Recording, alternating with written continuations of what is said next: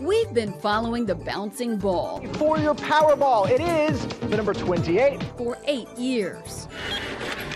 That's how long Tennessee's lottery has been sending kids to college. But for students like Rachel Pearson, lawmakers may have dropped the ball. Rachel is language impaired, which affects everything you do.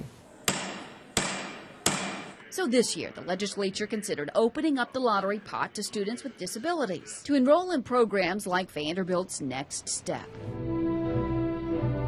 It's where Rachel is graduating from. Rachel Elizabeth Pearson. And where she's learned to work and live independently.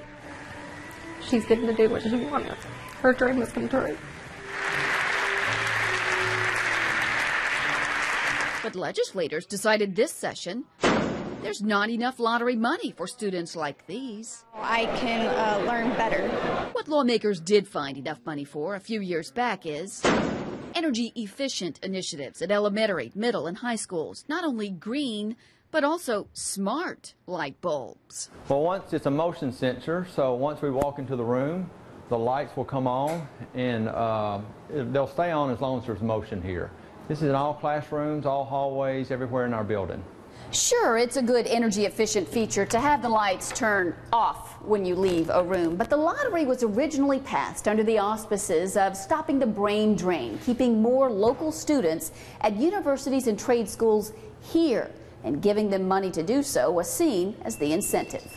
It may help save energy and money, but we are about putting students in higher education. That money totaled nearly $100 million. With lottery scholarships at $4,000 apiece, that could have sent an estimated 25,000 students to college. What makes it terribly ironic is the Obama administration came right behind it the next year and put all that stimulus money into energy efficiency too.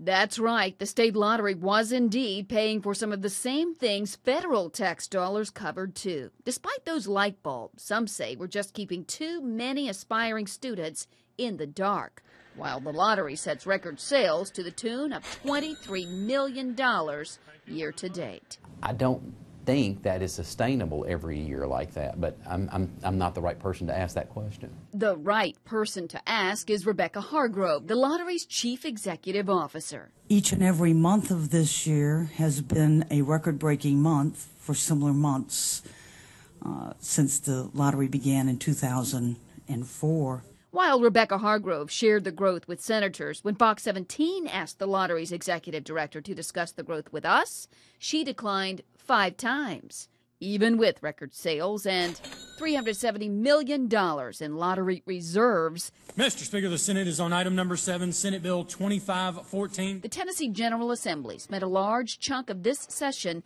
debating whether to cut the very scholarships the lottery funds, affecting an estimated 5,257 students. It is less serious than when we started the equation. Yes, there was a $9 million difference between how much the lottery made and how much it gave out in scholarships going back 3 years. The following year, a $5 million deficit, and last year, an $8 million gap.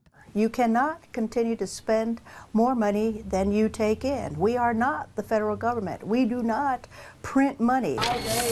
No, but the lottery has money. In fact, our Waste Watch investigation found $28 million still sitting in that light bulb lottery account, unspent. That could surely help plug any gap in the short term, while we wait to see if lottery sales continue setting records and can keep pace with scholarships. The way they see the lottery is like starving your baby so you can buy them a car when they're 16.